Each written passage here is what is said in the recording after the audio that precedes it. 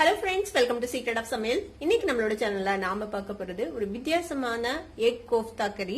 இது ஒரு street style recipe. சூரத்ல ரொம்ப ஃபேமஸ் இந்த ரெசிபி. செய்யறது ரொம்ப சிம்பிள். கொஞ்சம் டிஃபரெண்டான ஒரு வேலை நம்ம செய்ய போறோம். இத வீடியோக்குள்ள போறதுக்கு முன்னாடி நீங்க என்னோட சேனலுக்கு இப்ப முதல் முறையா வரீங்கன்னா வீடியோ கீழே இருக்கிற சப்ஸ்கிரைப் பட்டனை மறக்காம பிரஸ் பண்ணிக்கோங்க. பக்கத்துல இருக்கிற நோட்டிபிகேஷன் பெல்லையும் மறக்காம கிளிக் பண்ணிக்கோங்க. அப்பதான் ஃபியூச்சர் நோட்டிபிகேஷன்ஸ் உங்களுக்கு உடனே வந்து சேரும். சரி வாங்க, இப்ப டிலே பண்ணாம இந்த டெலிஷியஸான ஒரு ஸ்ட்ரீட் ஸ்டைல் எக் கோஃப்தா கறி எப்படி செய்யலாம்னு பார்க்கலாம்.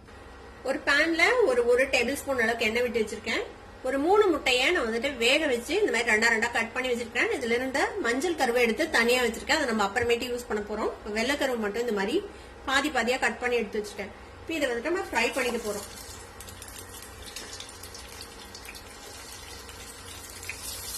இந்த மாதிரி அப்சைட் டவுனா போட்டு ஃபர்ஸ்ட் ஃப்ரை பண்ணிக்கோங்க. அப்புறமேட்டு நம்ம டர்ன் பண்ணி அடுத்த சைடு ஃப்ரை பண்ணிக்கலாம். லைட்டா கலர் மாறணும், அந்த அளவுக்கு இதை நம்ம ஃப்ரை பண்ணிக்க போறோம்.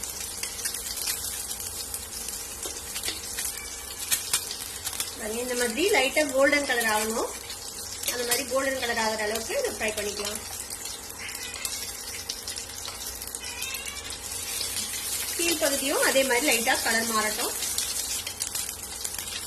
ஃப்ரை ஆயிடுச்சு. இப்போ நம்ம இதை பேன்ல இருந்து எடுத்துடலாம். எடுத்து இந்த மாதிரி ஒரு பிளேட்ல அரேஞ்ச் பண்ணிடுங்க. இந்த மாதிரி ஒரு பிளேட்ல எடுத்து வச்சிருங்க. முட்டை சூடா இருக்கும் போதே நம்ம இதுக்கு மேல கொஞ்சமா சீஸ் துருவி போட போறோம். இப்போ இந்த மாதிரி சீஸ் கியூப்ல ஒரு பாதி சீஸ் கியூப் நம்ம இது மேல துருவி போட்டுடலாம். இந்த மாதிரி துருவி போட்டாச்சு. மீதி பாதி இருக்கட்டும், அதை நம்ம அப்புறமேட்டு யூஸ் பண்ணிக்கலாம். இப்ப நம்ம முட்டை ஃப்ரை பண்ண அதே எண்ணெயில ஒரு பெரிய தக்காளியை இந்த மாதிரி கிரேட் பண்ணி வச்சிருக்கேன். நம்ம கேரட் துருவோம்ல, அதுல இந்த மாதிரி சீவனிங்னா அந்த தொல்லி மட்டும் தனியா வந்துடும். நம்ம உள்ள இருக்கிற அந்த பியூரி மட்டும் கிடைக்கும். ஒரு பெரிய தக்காளியோடது இதை இதுல போட்டுக்கலாம். தக்காளி நல்லா வதக்கி விடுங்க. தக்காளியோட பச்சை வாசனை போகணும், அது வரைக்கும் இது வதக்கிக்கலாம். தக்காளி ஓரளவுக்கு வதங்கிடுச்சு. இது கூடவே ஒரு டீஸ்பூன் அளவுக்கு இஞ்சி பூண்டு விழுது சேர்த்திக்கோங்க. இஞ்சி பூண்டு விழுதோட பச்சை வாசனையும் போகணும், அது வரைக்கும் வதக்கிக்கலாம். இப்போ தக்காளி இஞ்சி பூண்டு பேஸ்ட் ரெண்டுமே வதங்கிடுச்சு ஓரளவுக்கு. இப்போ நம்ம வேக வச்சு வச்சிருக்கிற இந்த முட்டையோட மஞ்சள் கரு இருக்குல்ல, அதை இதுல சேர்த்திக்கலாம். 3 முட்டையோட மஞ்சள் கரு கூடவே கொஞ்சமா கொத்தமல்லி தழை போட்டுக்கோங்க, சாப் பண்ணி. இதுக்கு தேவையான மசாலா பொடியெல்லாம் சேர்த்திக்கலாம். என்னென்ன எடுத்து வச்சிருக்கேன்னு சொல்லிடுறேன். கொஞ்சமா மஞ்சள் தூள் 1/4 டீஸ்பூன், 1 டீஸ்பூன் மல்லிப்பொடி, ஒரு 1/2 டீஸ்பூன் சீரகத்தூள், 1/2 டீஸ்பூன் பெப்பர் பவுடர், ஒரு 1/4 டீஸ்பூன் கரம் மசாலா பொடி, 1 டீஸ்பூன் வரமிளகாய் தூள், எல்லாத்தையும் சேர்த்திடலாம். அதுல இது கூடவே தந்தூரி மயோனைஸ். நான் இன்னைக்கு தந்தூரி மயோனைஸ் யூஸ் பண்றேன். நீங்க நார்மல் மயோனைஸ் யூஸ் பண்ணலாம். ஒரு நல்ல ஹீப்டட் டீஸ்பூன் இதுல போட்டுக்கலாம். இப்ப இந்த மசாலா தேவையான அளவுக்கு உப்பு சேர்த்திக்கலாம். இப்ப இது என்ன பண்ண போறோம்னா, இந்த மாதிரி மேஷ் பண்ணி விட்டுருங்க. இந்த மாதிரி ஏதாவது ஒரு மேஷர் வச்சு இல்லைன்னா கரண்டி வச்சு இந்த மாதிரி நல்லா மேஷ் பண்ணி விட்டுருங்க. இந்த மஞ்சள் கருலாம்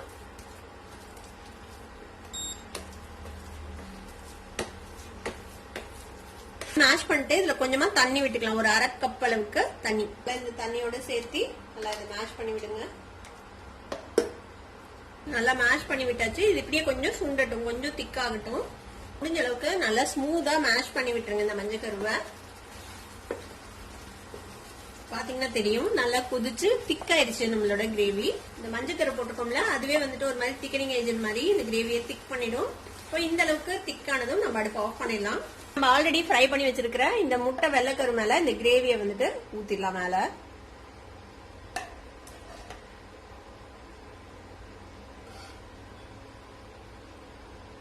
இப்ப இதுக்கு மேலேயும் நம்ம கொஞ்சமா சீஸ் துருவி போட்டுடலாம். இப்ப இதுக்கு மேல நம்ம இன்னொரு ஐட்டத்தை வைக்க போறோம். அது என்ன அப்படின்னு பாக்கலாம். தவா அடுப்புல வச்சிருக்கேன். இதுல கொஞ்சமா எண்ணெய் விட்டுக்கலாம். இப்ப இதுல ஒரு முட்டைய ஹாஃப் பாயில் போட போறோம்.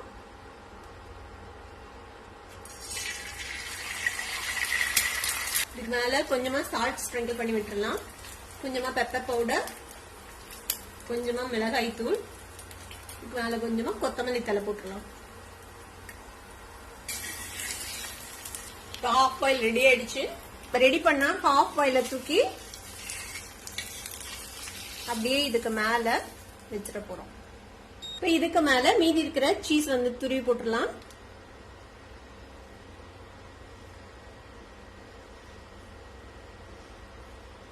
இதுக்கு மேல கொஞ்சமா கார்னிஷ் பண்றதுக்கு கொத்தமல்லி தழை தூவி விட்டுருங்க. நம்மளோட ஸ்ட்ரீட் ஸ்டைல் எக் கோஃப்தா கறி இப்ப சூப்பரா ரெடி ஆயிடுச்சு. இதை வந்துட்டு நீங்க அப்படியே சாப்பிடலாம், இல்ல இதை வந்துட்டு நீங்க சப்பாத்தி ரோட்டி கூட ஒரு சைட் டிஷ் மாதிரி வச்சு சாப்பிடலாம். சூப்பரா இருக்கும். பிரெட் கூட கூட வச்சு சாப்பிடலாம். கண்டிப்பா ட்ரை பண்ணி பாருங்க. ட்ரை பண்ணி பார்த்துட்டு எப்படி இருந்தது அப்படின்ற கமெண்ட்ஸ்ல ஃபீட்பேக் கொடுங்க. வீடியோ உங்களுக்கு பிடிச்சிருந்ததுன்னா சப்ஸ்கிரைப் பண்ணுங்க, பக்கத்துல இருக்க பெல் ஐகானை கிளிக் பண்ணுங்க. அப்பதான் என்னோட ஃபியூச்சர் நோட்டிபிகேஷன்ஸ் உங்களுக்கு உடனே வந்து சேரும். லைக் பண்ணுங்க, ஷேர் பண்ணுங்க. தேங்க்யூ ஃபார் வாட்சிங் வீடியோ. Bye bye.